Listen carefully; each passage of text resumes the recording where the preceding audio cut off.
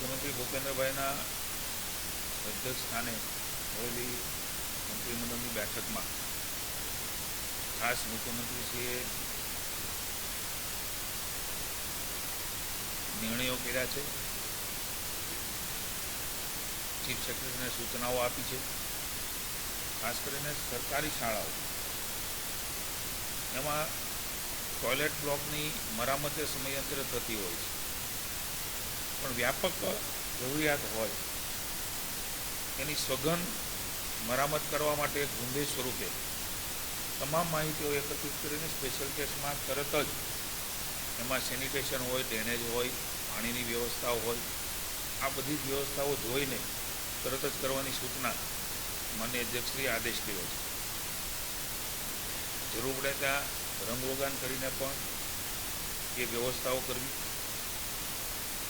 આપણે સૌ છેલ્લા ઘણી વખતથી જાણીએ છીએ કે નદી નાળામાં સાફ સફાઈ ઉપર વિશેષ ભાર મૂકીને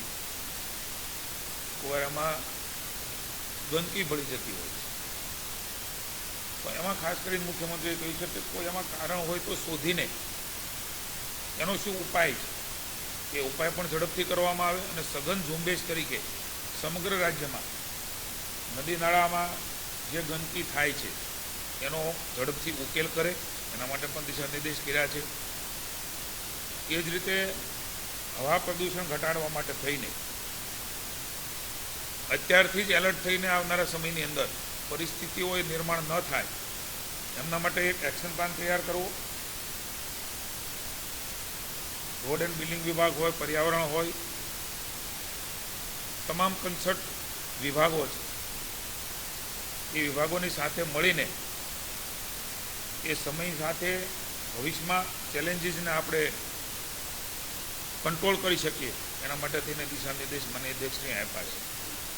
ખાસ કરીને હમણાં જે ચિંતન શિબિર થઈ ધરમપુર ખાતે શ્રીમદ આચંદન આશ્રમમાં, એમાં જે મંથન દિવસે ચર્ચાઓ થઈ છે અધિકારીશ્રીઓ સાથે, સચિવો સાથે, મંત્રીશ્રીઓ, માનનીય મુખ્યમંત્રીશ્રી, નાયબ મુખ્યમંત્રીશ્રીનું માર્ગદર્શન મળ્યું છે. એમાં ઘણી બધી ચર્ચાઓમાં ઘણી બધી બાબતો એવી જોવા મળી કે સીધો જ નિર્ણય કરી શકાય એવું છે. એમાં કોઈ જીઆરની આવશ્યકતા નથી.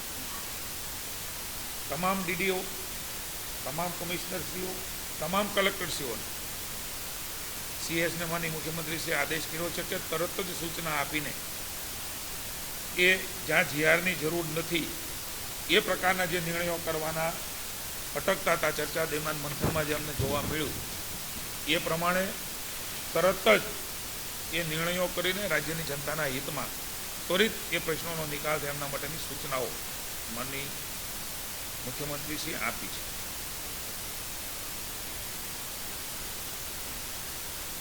જે પ્રકારે કમોસમી વરસાદ થયો છે એની કેટલીક માહિતી હું આપના ધ્યાને મૂકવા માગું છું કે આજ સુધી સહાય મેળવવા માટે 29 લાખ જેટલી અરજીઓ ત્યાં આવી છે. 11 લાખ જેટલી અરજીઓ એ સ્કૂટીની થઈને ફાઇનલ પણ થઈ ગઈ છે.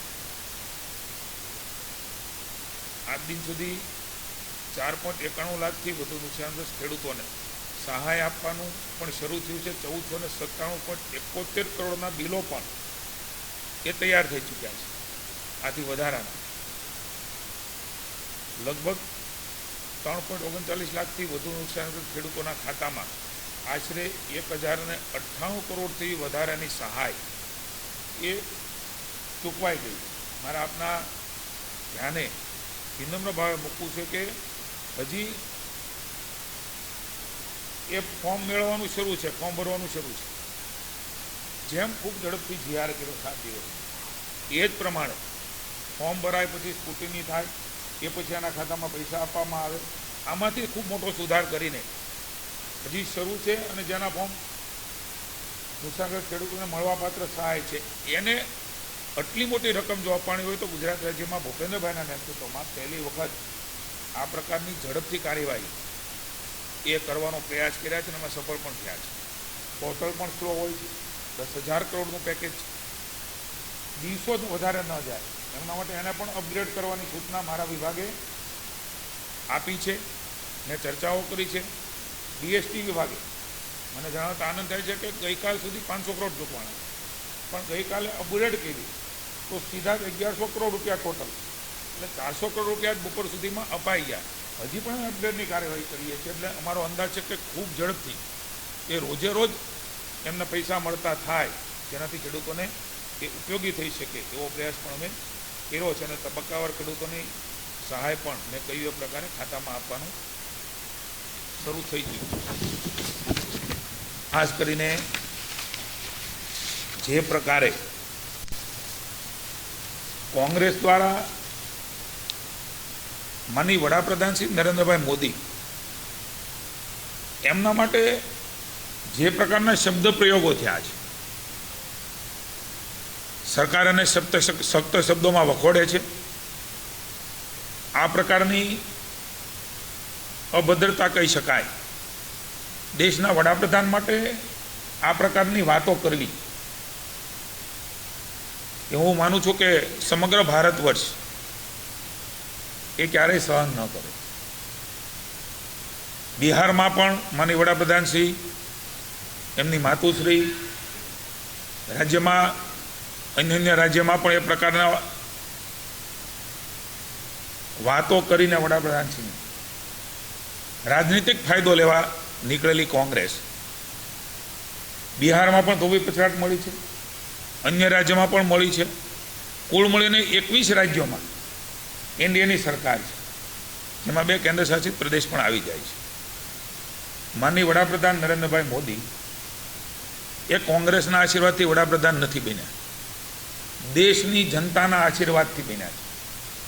ત્રીજી વાર દેશની જનતાએ અને ગુજરાતમાં 30 વર્ષથી કોંગ્રેસને સત્તાની બહાર આપી છે.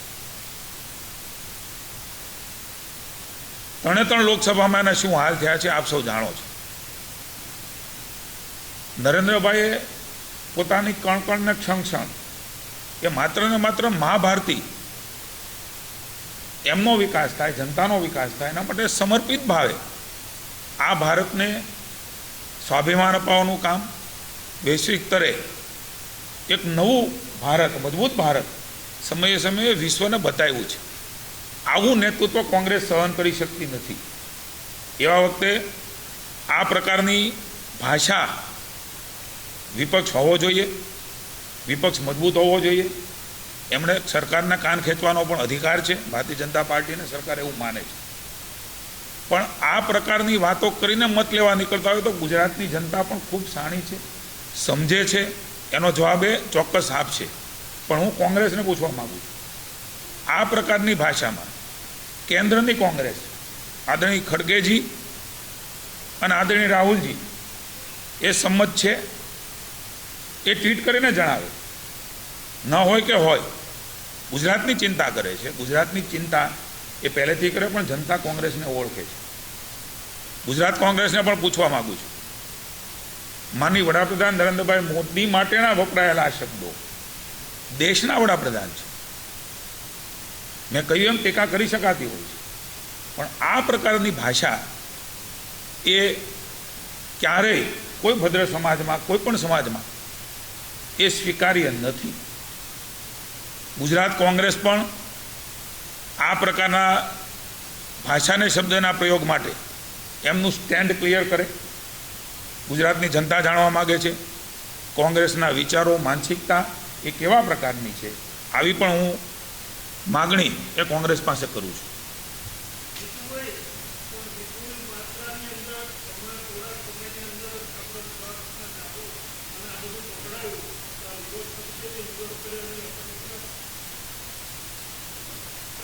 મેં જે વાત કરી છે, રાજ્યની સરકાર હંમેશા એલર્ટ રહી છે. રાજ્યની સરકારે કાયમ પકડવું એ જ ઇટ સેલ્ફ રાજ્ય સરકારની